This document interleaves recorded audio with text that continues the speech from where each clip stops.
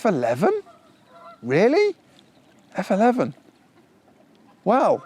It seems odd, right? We're kind of conditioned to the fact that lenses need to have super fast apertures to be useful, but it's absolutely not the case. Given that camera technology has improved and we've now got cameras that can autofocus at f11, there's no need from an AF perspective because it still works beautifully.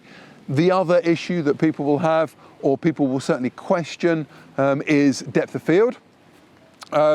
But actually that's a fundamental misunderstanding of how depth of field works. For sure, aperture is obviously crucially important, but what's most important in depth of field is not necessarily the aperture, but actually how near or far you are from your subject. So if I focus on my finger at arm's length, the background looks like it's sort of in focus but a bit fuzzy. If I bring my finger much closer to my face and stay focused on it, the background goes a lot fuzzier. The depth of field decreases, and cameras do exactly the same thing.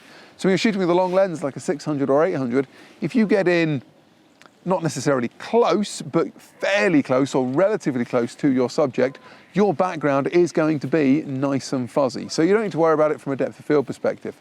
I guess the only other area where you might question it is potentially in a low light situation where, you know, if the light's like this, it's very flat today, we've got rain showers blowing through, odd bits of mist and mizzle and but the fact that it's f11 isn't really a problem because we can take the ISO on the cameras so much higher now. If we go back 8 or 10 years, shooting at ISO 1600 was almost unheard of.